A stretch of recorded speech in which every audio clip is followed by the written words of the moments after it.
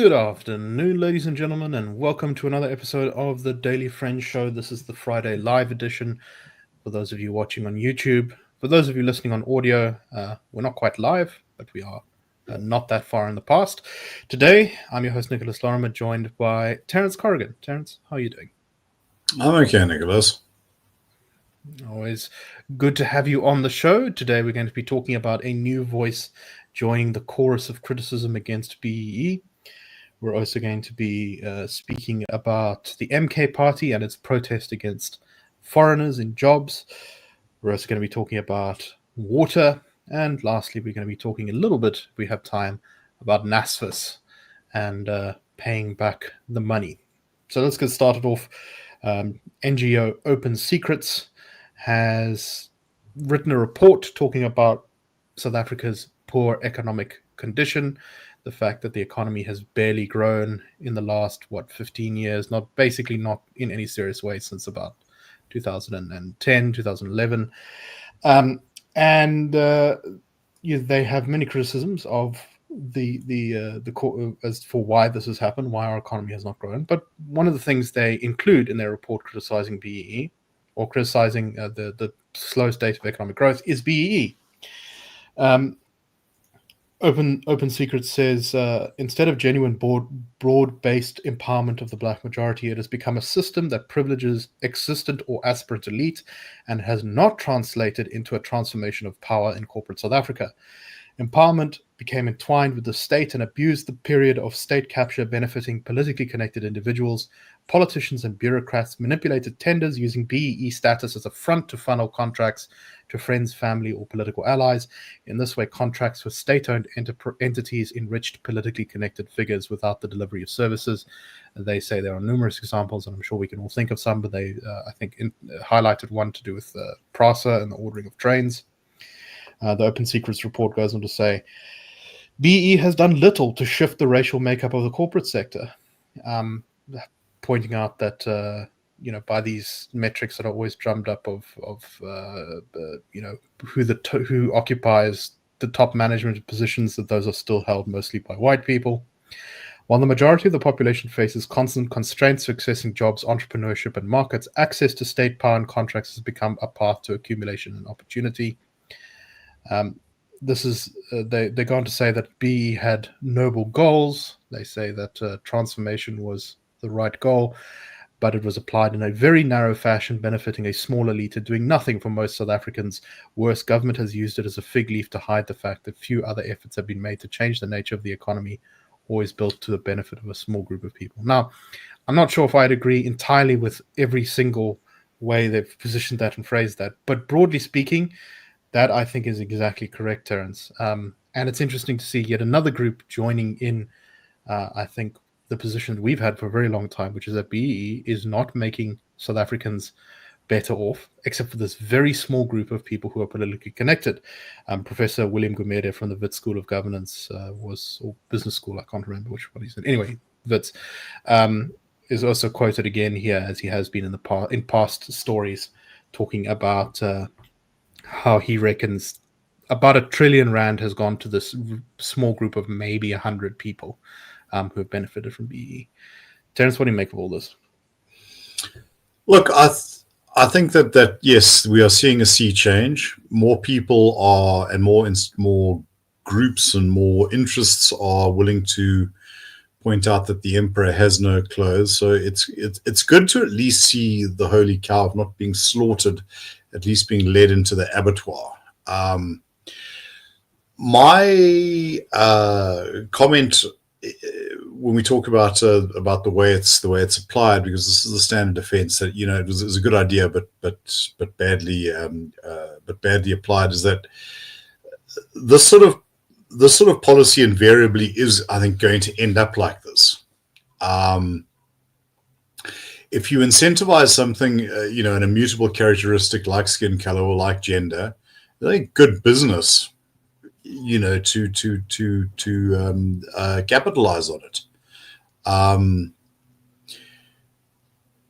And unfortunately, this has, I think, come at some very significant costs, not least of which is that real entrepreneurship, seeing an opportunity, taking a risk, the sort of sink or swim, or boats have been burnt type logic, simply fell into the background. Now, something like the various industrialists programs, I think that they compound this, because intrinsic to that is almost like, well, we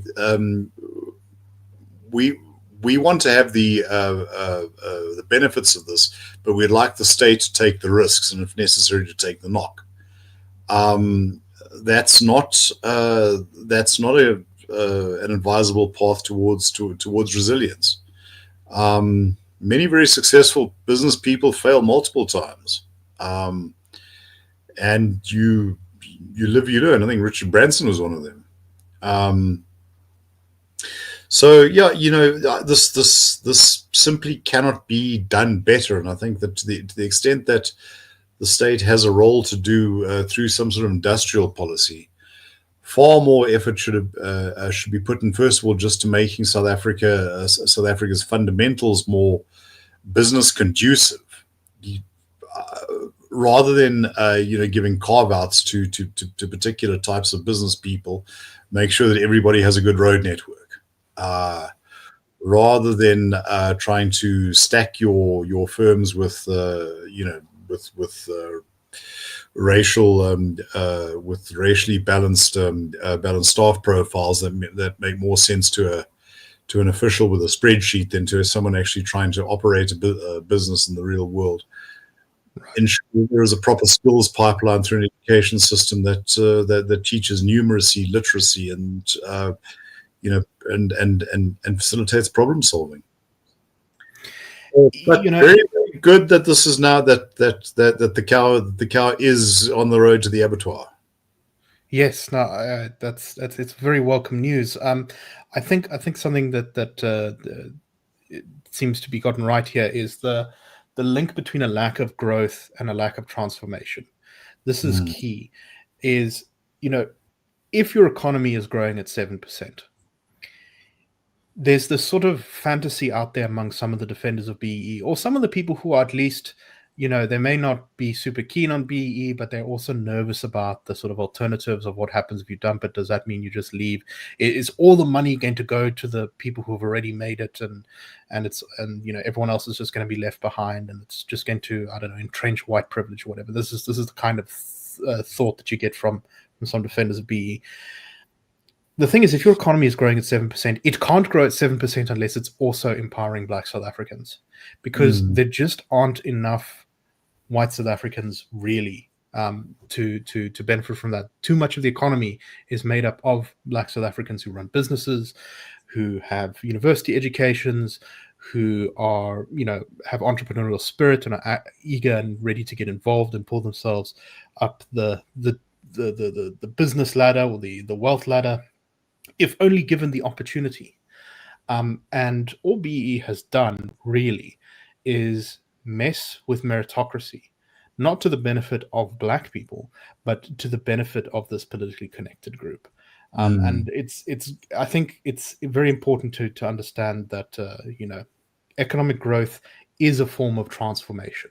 It is a form of changing the way the country looks, of allowing millions of more people to escape poverty, of just creating more wealth that can be used for everything. Taxes, if your economy is growing, that means you have more wealth to tax from. In absolute terms, it means that you can spend that money on various social services. It means that there's more people with resources who can build their own houses, who can buy private medical aid so they don't have to use government services. There's just so many positive knock-on effects that come from economic growth, and that is why it's very important that we understand that it's not BEE or nothing.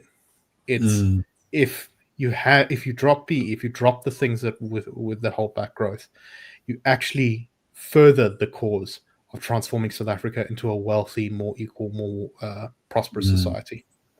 Well, I think what you're getting at there is the choice is misstated. It's growth or nothing. Right. And while growth may not solve every problem by its own, there are it is the foundational condition. Look, let me say something that might be quite heretical. From the perch on which I sit, I think trade unions are actually a very positive thing. If you have a growing economy, that's one of the means that ensures more people are getting employed. Well, and that ensures that benefits reach the lower levels. Although, be careful, because trade unions also have their own axes to grind, and God bless them for that. The problem is that, well, we are just getting poorer every year. I would say you could sort of draw a line, and the thing that really whacked South Africa was the global financial crisis. We never recovered from that. Other emerging middle income countries did. South Africa did not. Yes, no, and it's very clear. You go look at our economic growth figures. That the economic the slowdown 2008, that financial crisis, coincides with the election of Jacob Zuma, the shift away from some of the positive policies of the Thabo Mbeki era, and the intensification of many of the National Democratic Revolution policies, cadre deployment, doubling down on BEE, even more strength to the unions, etc., etc. And the consequences are that all these years later, nearly 20 years later, 17 years later, we are poorer, more unequal, and with failing government services. Angrier, I think, is another one. And angrier too, yes. And I think that goes across whatever divisions you want, between the poor and the more affluent, across racial boundaries, although remarkably restrained in that respect, given our history, between those on the inside and those on the outside, and just generally, general sense of frustration. Yes. And the reality is, if you still believe that we need extra incentives to help the poor, that simply having economic growth is not good enough, you can do means-tested empowerment. Yeah. You say, okay, exactly. we'll give benefits to those who are poor rather than to those who are black. And as the defenders of BEE often point out, there's a sort of there's a correlation that you can from our past of race and poverty, right? Most poor people in South Africa are black. I don't know why everyone is so scared about this relatively small group of poor white South Africans potentially benefiting from an empowerment policy. It doesn't seem like a huge cost when the benefit is that empowerment policies will then go to the people who are actually poor. Anyway. Well, on that, there are white beneficiaries of things like RDP houses and social grants. In fact, the one you've made before. Yeah, one of the great game changers of post-apartheid South Africa, which comes with all of its buyer bewares on it in terms of sustainability and whatever, is the social grant system. South Africa's rolled out a very extensive welfare state, free basic services, RDP houses, social grants and whatever. And those are actually remarkably colorblind.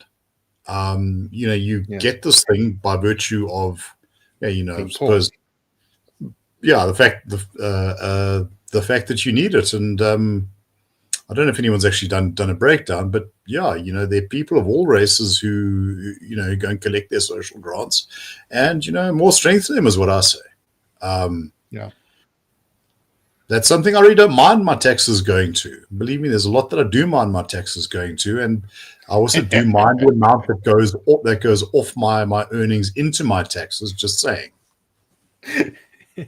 Yes, although that's a can of worms that I think we should stay away from now, so that we don't get too fired up. But anyway, okay, let's move on to our next story. And as we say time and time again, we do these surveys every single year, looking at what South Africans consider to be some of the most important issues in the country. And the thing that just overwhelmingly comes back, and not just from us, but basically anyone who surveys South Africans, is that unemployment is the very big concern.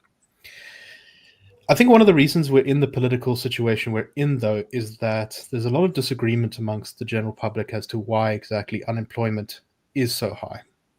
There are people like us who blame labor regulations, the unions, overly high taxes, etc., etc.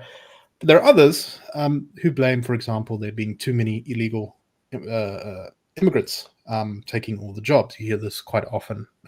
I think it's a very common sentiment that seems to be expressed in KZN. And we had some evidence of this recently when the MK party, with a protest of about 300 people, blocked some roads south of Durban, and then went from sort of business to business. They say looking to root out those who are flouting employment practices or legislation, but more specifically, they were targeting companies for potentially hiring undocumented foreigners. The leader of the protest said, "We notified companies we would be coming to root out those in flouting employment laws. We have been reliably informed that some companies are not paying adequate salaries and wages. It's something we condemn." And they said that they were suspicious that logistics companies in the area were known to employ foreign drivers.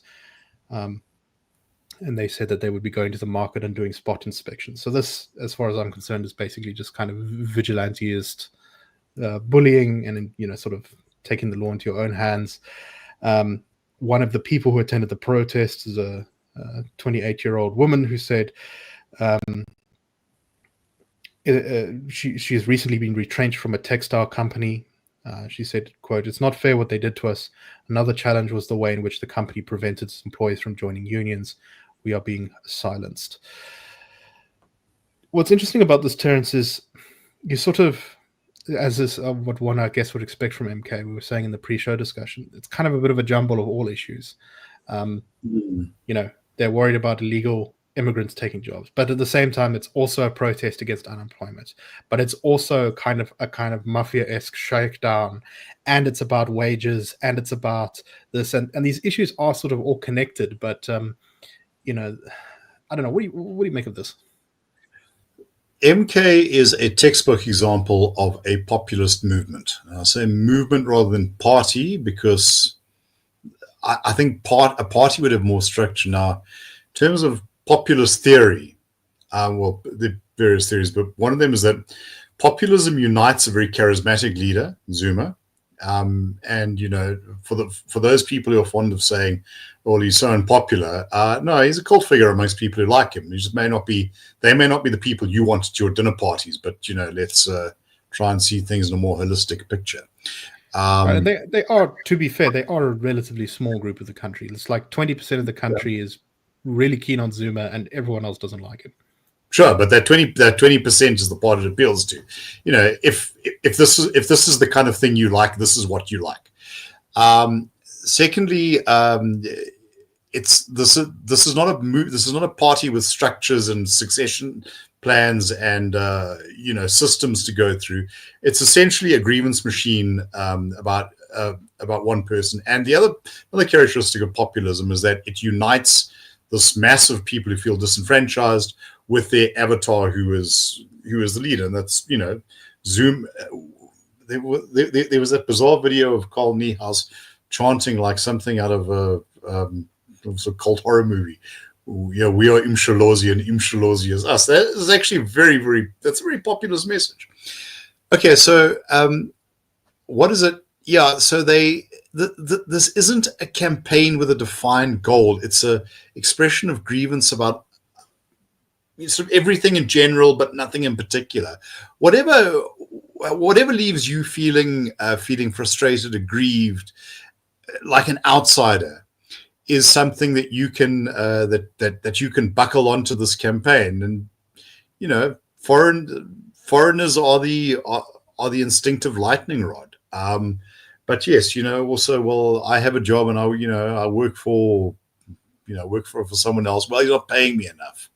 And unemployment because we don't because no one's really in favor of unemployment, etc., etc., etc. I don't think, and I don't think that you can actually see a solution here, because populist movements don't do solutions. The idea is kind of, well, once the righteously mobilized people takes over, all things will fall into line. And then, when everything just falls apart, you sort of end up looking for an enemy to blame. Yeah, so in that sense, watch the space. As I say, the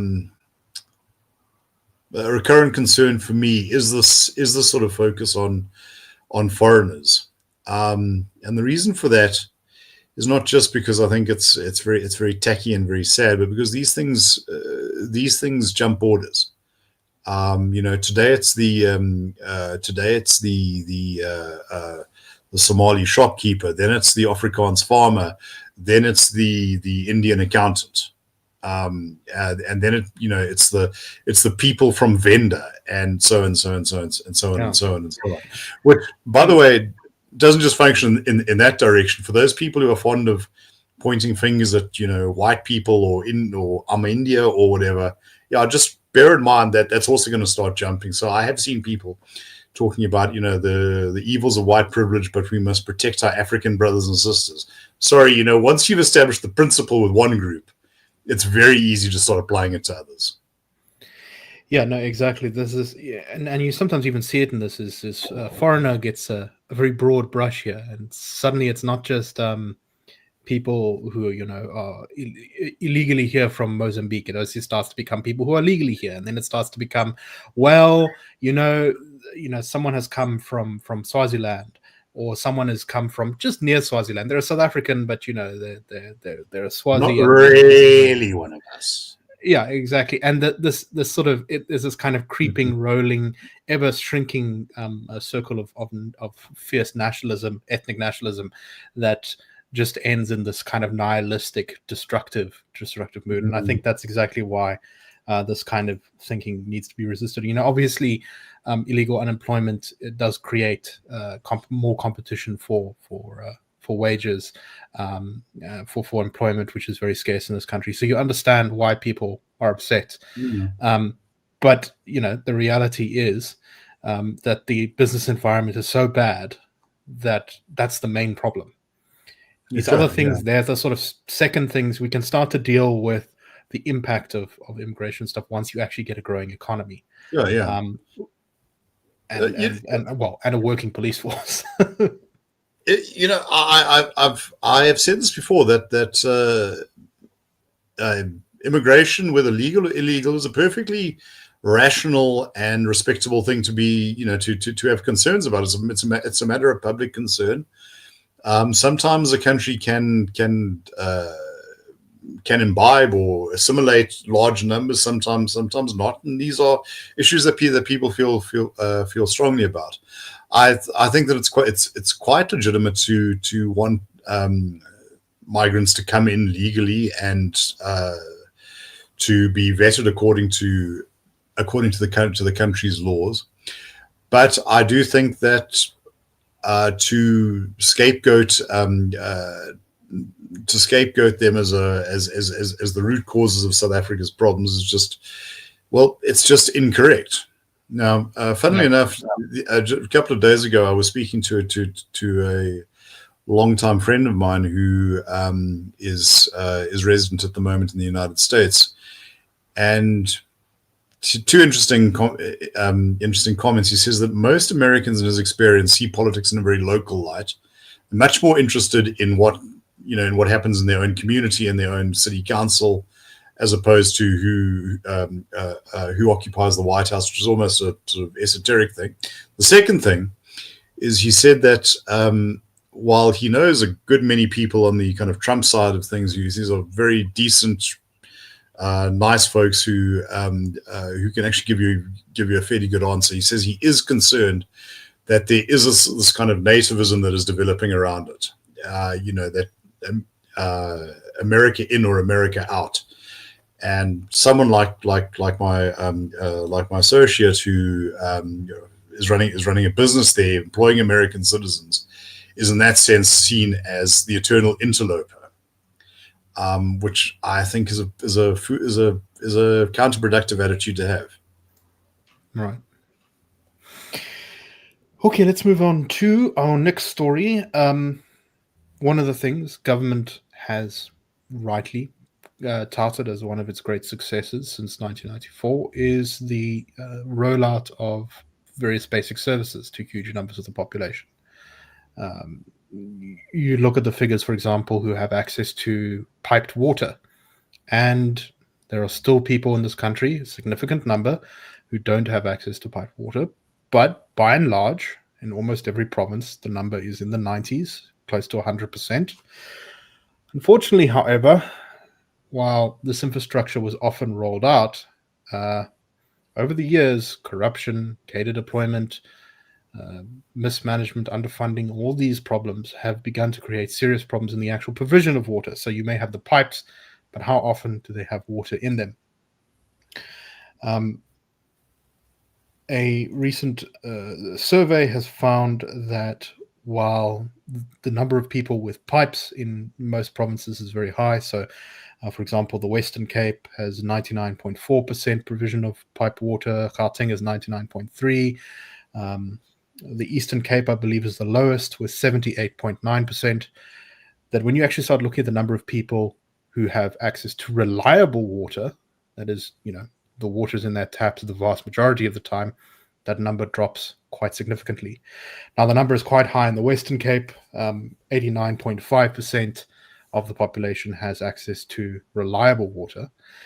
But in some provinces, that number drops as low as 57%.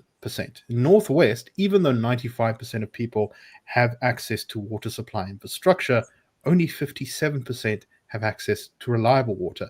In Mpumalanga, that number is even lower at 55%. And anyone who's been to rural towns in South Africa will know this. Many towns where, well, firstly, the water is sometimes not safe to drink, but more often you just don't have water a lot of the time. I know that you go to places in the Northern Cape, you'll find towns that have water 4 hours a day or something like that. Terence, what do you make of this story? Yeah, the great unraveling, I'm afraid. This is effectively what happens when an enormous stress is placed on the provision of the new at the expense of maintenance, where jobs that require technical expertise and beyond that, the technical mentorship to become proficient in maintaining them is discarded for whatever reasons, for reasons of patronage or for reasons of racial ideology or whatever it may be. The hard sinews of a modern economy are your artisanal skills. Those, for all the sort of snootiness that we in the white collar classes might exhibit towards a plumber or a mechanic. Yeah, you try living without your toilet flushing or your car that won't start. That's funny. The problem is that these have been declining, and in many respects, in the state, they have been they were purged, or they were the value of experience was not recognized. So a technician or an engineer with 20 or 30 years experience was paid off. Someone's put in his place who maybe has the qualifications and maybe has all the best intentions, but there's nothing to be that can replace those 30 years of knowing exactly where all the wires and the pipes are and which one is problematic, and for some reason this one keeps on bursting. A lot of that was ignored. And then, of course, just the raw criminality that rips into it. We've seen stories for close to 2 decades about towns where water pumping stations were literally underwater. They're just broken. No one knew how to fix them. Probably didn't even know that the infrastructure was there. Not a happy situation. Now, remember something: you can survive without electricity. It sucks in a modern world. I think with the new generation maybe being deprived of your Wi-Fi, it can be defined as cruel and unusual or capital punishment or whatever. You try surviving without water, clock ticks very quickly. Yeah, I mean, that was one of the things that ended up getting me to make the decision to move to Cape Town, was being a few weeks without water. Comes a point where, luckily enough, the place I was staying had like a little pool, so we could get some water from it, which made life much easier than otherwise it would have been. But, even in that circumstance, when you're flushing the toilet by carrying a bucket of water from the pool, you go, the Middle Ages, they sound great, but they're not so great to live in. I think. Why do you like it's 1066 is what I say. Yeah, exactly. This is also an explanation of why the ANC's sort of fortunes have been declining over the years. You imagine you're someone who lives in a rural part of South Africa. Apartheid ends, the ANC comes in, they make all these promises, and pretty quickly you do see some rollout. You see people in your community getting grants, you see people in your community getting RDP houses, you get piped water, and you think, wow, this is great. ANC is very popular, gets lots of votes. Then things start to melt down. Oh, well, actually the grants don't go as far as they did once upon a time. Oh, no one can find any jobs. Okay, well, maybe this is just like a bug, not a feature. We're fine. Okay, now the water is no longer flowing in the pipes. Okay, now the police aren't arriving when you call them. And, from that perspective, those are people who are now turning to other parties, I think, for alternative answers. Sometimes those people will go and vote for a new party. Sometimes they'll vote for the DA, or sometimes they'll vote for the EFF or MK. But this is definitely part of the story as to why the ANC has begun to sort of fall away, I think. Okay, last story. Not going to spend too long on this one. NSFAS, the funding financial aid scheme. This is for people who can't afford university. The government will pay for you, or at least originally the idea was to loan you. Then things were confused somewhat when Jacob Zuma promised everyone would get free education. And yeah, loans have all just sort of gotten a bit messed up by that decision. Anyway, the point being, NSFAS is under a big shortfall. It's not able to, it's missing significant amounts of money. And it has millions and billions of rands in debt from students who may be employed but have not started paying back their loans. And NSFAS is now trying to get those loans paid back from former students who received bursaries from them or loans from them. Relatively small group of people, 113 of the debtors owe more than 500,000 rand each and cumulatively owe NSFAS 151 million rand. Another 414 have debt of between 400,000 and 500,000 and owe 118 million rand. Terence, what do you make of this? I mean, it's not just students. We know that South Africans in general are quite heavily in debt. Yeah, I suspect that what's at play here is that many people viewed, not without reason, a tertiary qualification as being the as being their pathway to a middle class life. The reality of servicing a debt like that, particularly on an entry level salary, assuming you can get a job, and also with the various familial responsibilities, particularly African people have, the so-called black tax, it just means that the calls in your wallet are enormous. And it's only rational that the things with that, when you start working out what to prioritize, the things that you are most likely to get away with are those that are going to enjoy the lowest priority. And I don't think there has been a huge rush of zeal to reclaim these debts. If for no other reason, be politically devastatingly unpopular. You've given someone the crack in the door to the middle class, and now you are going to go and hound them for a debt of 500,000 rand, and that's before you bought your car, your house, whatever. I think that one of the problems, though, is that, well, first of all, the economy is not growing fast enough and providing the opportunities for these people to get into employment. And quite correct, yes, and the United States is a very similar problem. It's also been said that, whereas college in America in the 1960s was affordable for blue collar families, now it's become this thing you have to have, but with dubious, potential for any for recouping it. People are going to university often ill prepared to get degrees that may not be particularly marketable in a stagnant economy. Many, if they're able, will try and decamp for abroad. And I think South Africa also carries a big stigma against trade.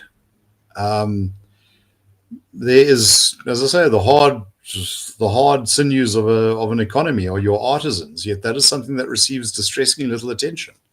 I believe that South Africa would be far better served if university was a more selective process. If universities were able, the other part of this is that with all the money being put into tuition fees, it's having an effect on what's available to do research, which also means that many academics then decamp or can't be bothered, and it sort of becomes, the idea seems to be these become kind of glorified high schools, and that's not what a university should be.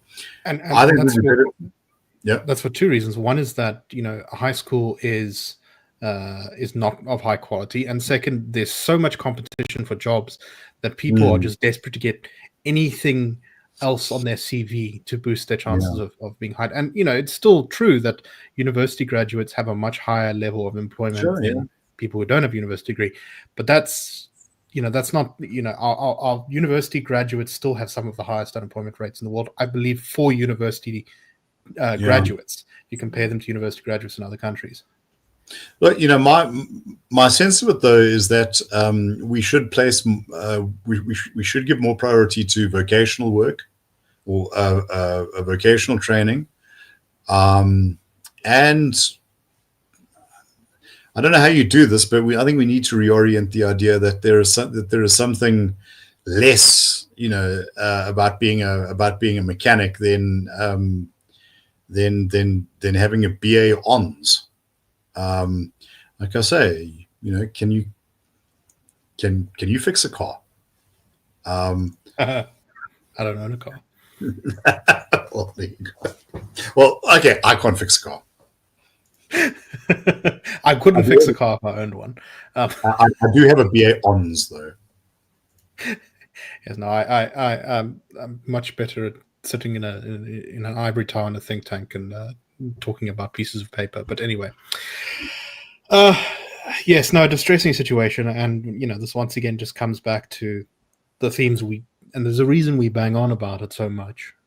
Economic growth really is the thing we need to start being able to make progress in a whole bunch of other things. It's not a cure-all, but man, would it help.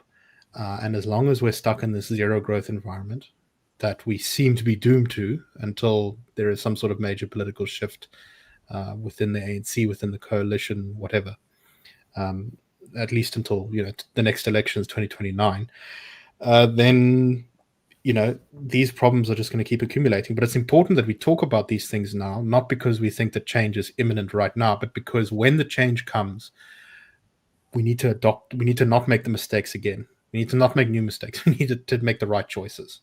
And that's one of the reasons we have this show, is because we believe that that's very important, that these ideas are put out there, and so that when we set up the next way of doing things in South Africa, once the sort of current National Democratic Revolution experiment ends, we don't make the same mistakes. Anyway, any final thoughts, Terence?